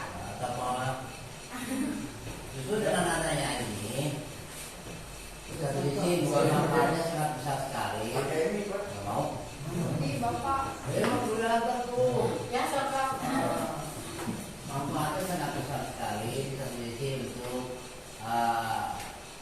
membantu sekolah, ya. Juga di sisi untuk meningkatkan kualitas guru juga siswa, itu manfaatnya, ya. Juga untuk guru-guru yang lain ini sebagai pengalaman. Dan Pak Mun sudah lama juga mengajar, pengalamannya mungkin dengan yang ini kita bisa sharing apabila memang ada kelemahan masing-masing. Nah untuk itu saya harapkan terus tingkatkan nih untuk ini ya, calon itu tingkatkan kembali terus itu. Juga minta dukungan dari Bapak Kepala Sekolah. Siap. Dan dari sisi ini, dengan adanya ini guru-guru jangan sampai terlambat masuk kelas, kasihan. Dan koordinator juga yang bertanggung jawab sedikit banyak. Koordinator saham sudah ini. Saya koordinator. Ya. Baik, Bapak, terima kasih. Nah, sebelum melamar ke versi berikutnya, saya minta kita belajar mempraktekkan segitiga restitusi. Silakan yang satu menjadi murid, yang satu menjadi gurunya. Ya. Yang satu menjadi murid, yang satu menjadi gurunya. Nah, ini ceritanya. Nah, ada kasus. Ada seorang, jadi nanti gurunya itu bersikap sebagai wali kelas 8 SMP Pelindung. Pada saat jam istirahat makan siang, ada murid yang bernama Amira sedang menangis. Setelah dihampiri, diajak berbicara, ternyata diejek oleh Ali. Diejek oleh Ali karena nilai ulangannya kecil, sementara alinya itu nilainya besar, bagus. Nah, ini sebagai guru, apa yang akan dilakukan? Silakan. Ada yang menjadi ali dan menjadi guru. Kita belajar mempraktekkan segitiga restitusi. Silakan yang mau menjadi murid siapa? Abi dari murid. Boleh. Atau ini. Nanti di sini Pak, di depan ya. Di depan. Yang menjadi guru, praktekkan segitiga restitusi ya. Mantap yuk. Mama, Abi yang murid. Saya guru. silakan. Guru. Silakan. Kembali dulu Pak. Lah, muda. Kalau Bang, Pak. mana? Diferensiasi. Sesuai tahapannya ya, tahapan segitiga restitusi.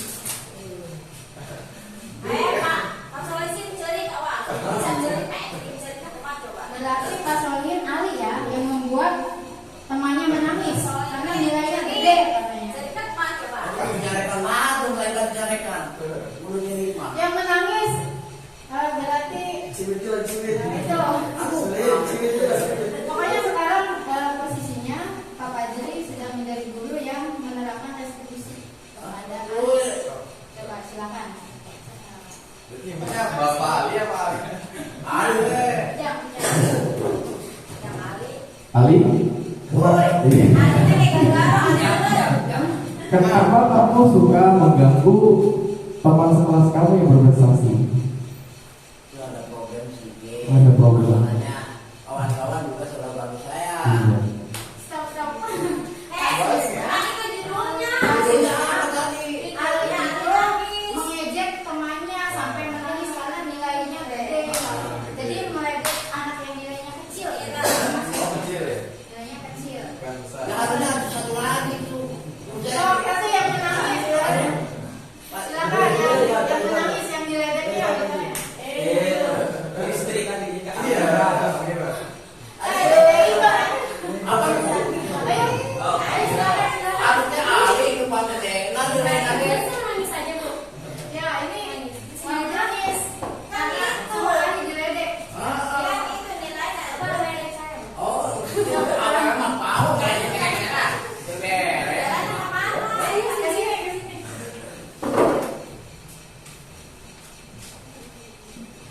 Ya. Meledek doang, meledek. Ah,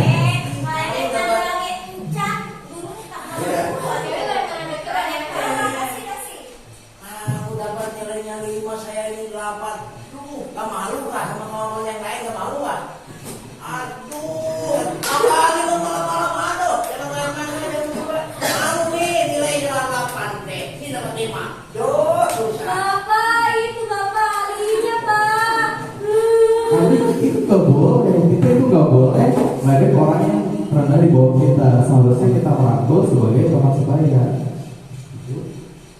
Habis. Terus Yang pertama itu tanyakan dulu benar nggak dia melakukan itu. apakah Ali tahu apa yang Ali lakukan itu? Ya betul, masa dia nanya jelek. Kalau selesai.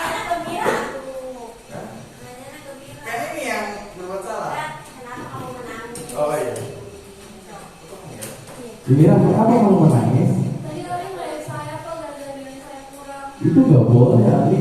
Karena kita sebagai teman sebaya itu bukan menjelekan suatu teman kita yang nilainya jelek, tapi harus menjadikan teman sebaya, teman sejawat, saling memberikan, saling membantu, bukan membantu dalam mengerjakannya, bukan mencontek, tapi bantu mengerjakan jadi supaya teman itu memahami Adi. Ya Pak. Iya. Saya terima kalah. Iya. Nanti jangan diulangi lagi ya Ali. Iya. Janji Ali. Janji. Itu secara biasa. Untuk segitiga restitusi ada 3 tahapan. Komisinya belum tuh. Jadi pertama paling stabilkan identitas itu.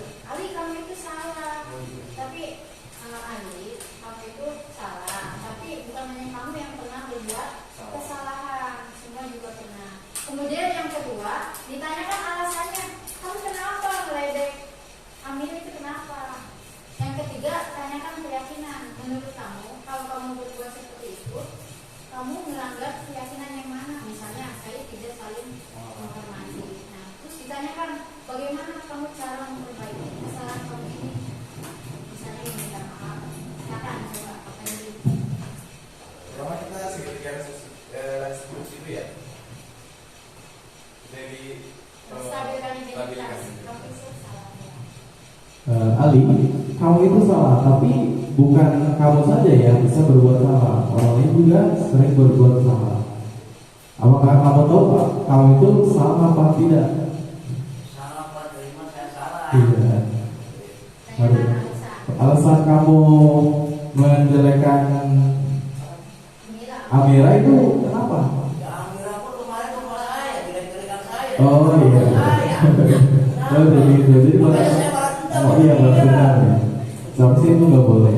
Balas dendam itu nggak boleh. Seharusnya sebagai teman sejawat itu bukan saling menjelekan, tapi saling membantu, menyemangati untuk Amira. Takutnya ada yang tidak dipahami dalam pelajarannya, gitu.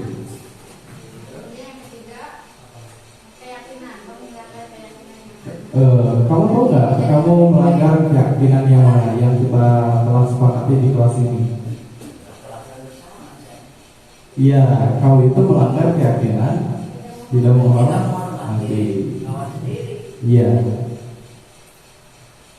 Jadi kalau saya minta maaf, minta Pak, juga Iya. sama ini Amira ya.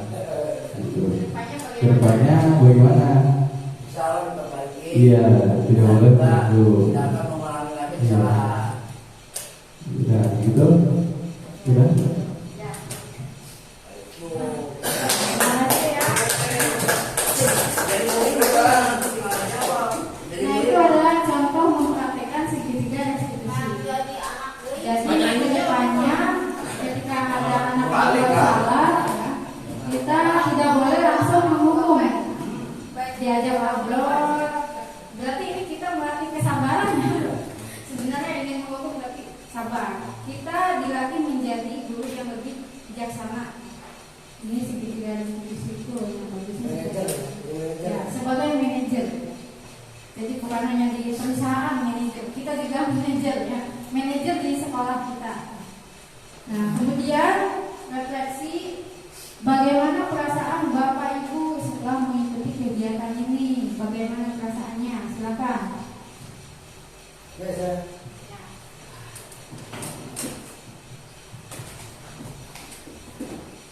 Pertama saya mengucapkan bangga ya menambah pengalaman.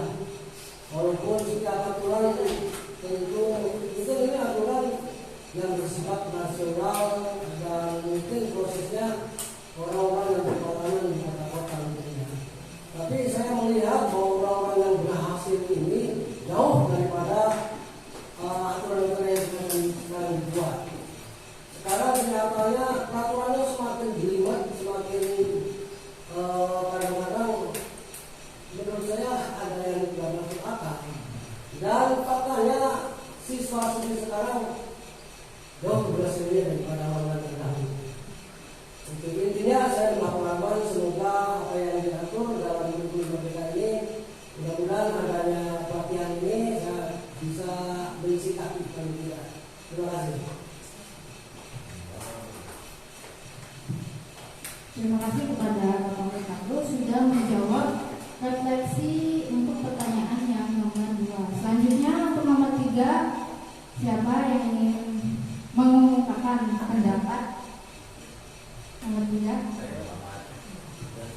Boleh?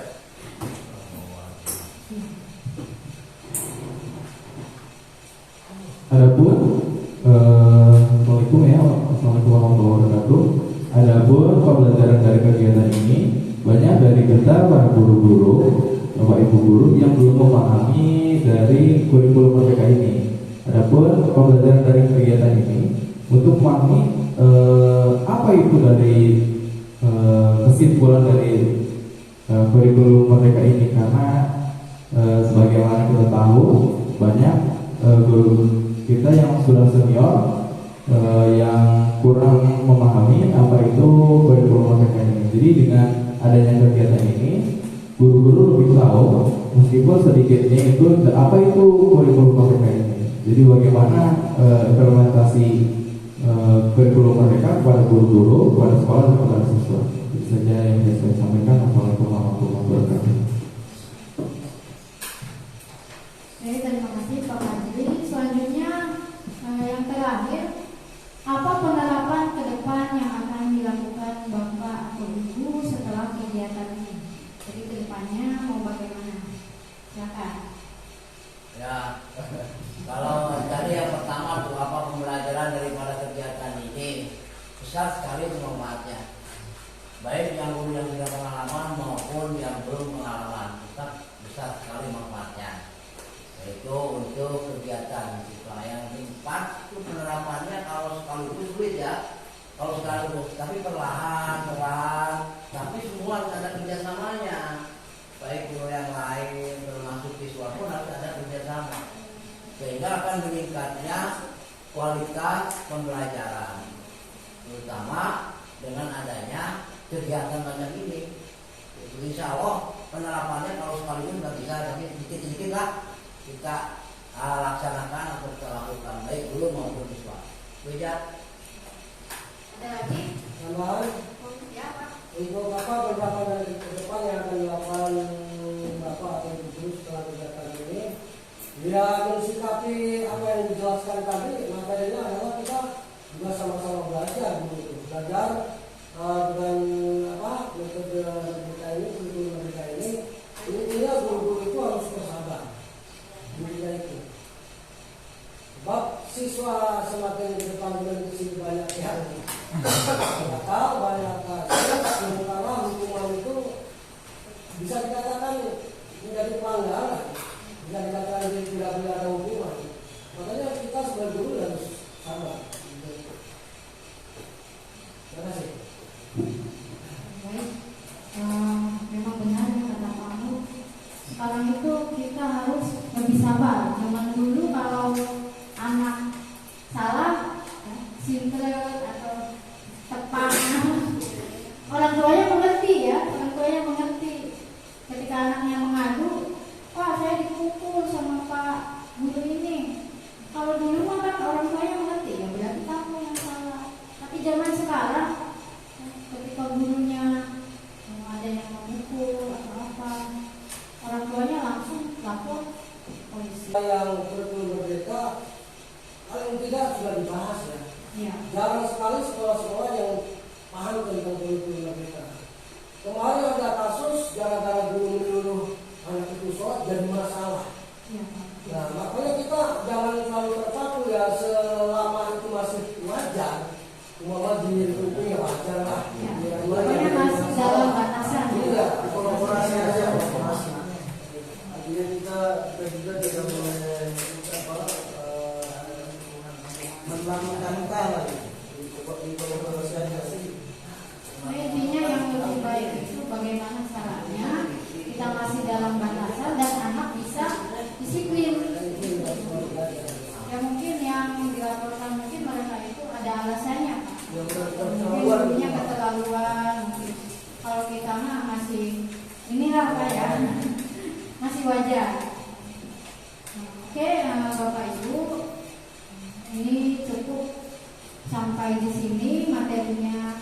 Untuk materi sudah disampaikan, kemudian pengalaman juga sudah disampaikan. Mudah-mudahan bermanfaat bagi Bapak dan Ibu.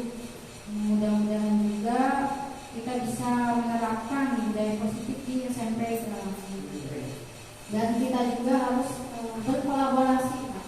Kita harus bersama antara satu guru dengan guru yang lain. Itu harus ada kerjasama.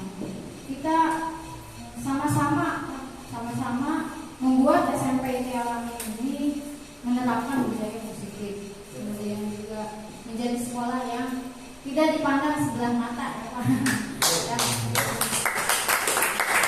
Baik, terima kasih. Mohon maaf atas segala kekurangan. Wassalamualaikum warahmatullahi wabarakatuh. Atas nama peserta, semoga perusahaan ini ke depan sukses. Amin. Sini, Pak Wajib. Terima kasih Wehna.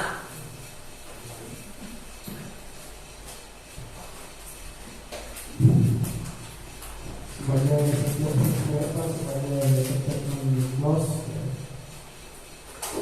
alhamdulillah kegiatan ini sudah bisa kita laksanakan dan dilaksanakan.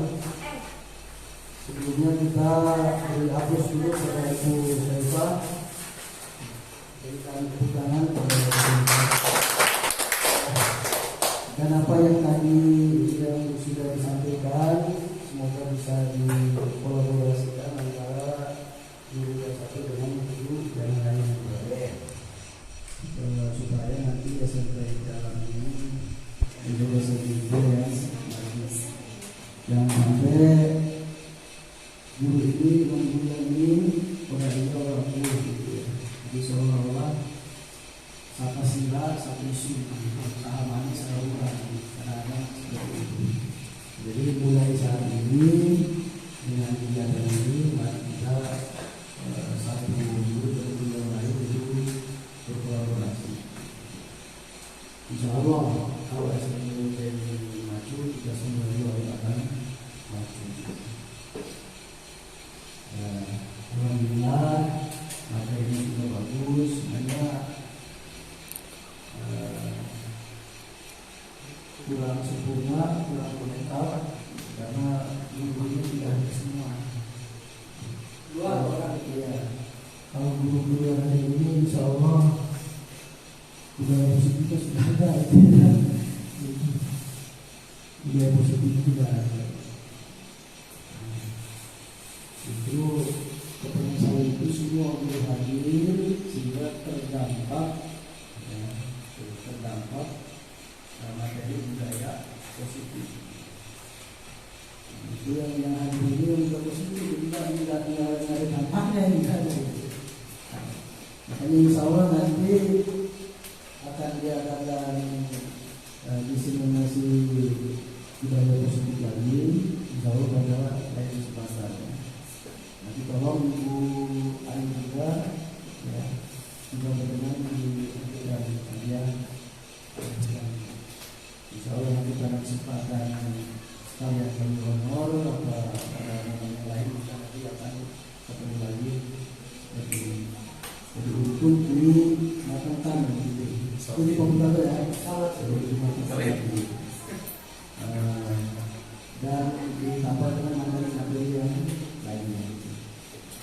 Jadi sekali lagi saya ucapkan terima kasih, alhamdulillah acara berjalan lancar. Terima kasih kepada CGT, terima kasih juga kepada bapak-bapak dan ibu-ibu, khusus pada wakil kepala sekolah siswaan, PU dan guru yang lainnya. Assalamualaikum warahmatullahi wabarakatuh. Allahumma sholli wa sallim ala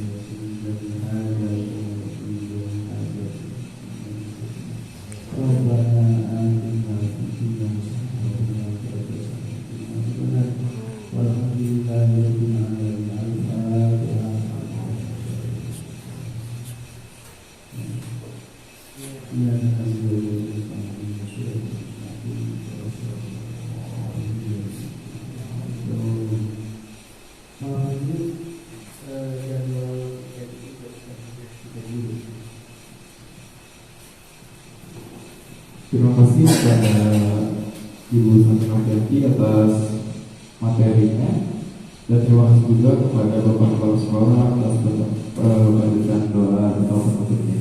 Dan akhirnya doa tadi berakhir sudah secara pada siang hari ini.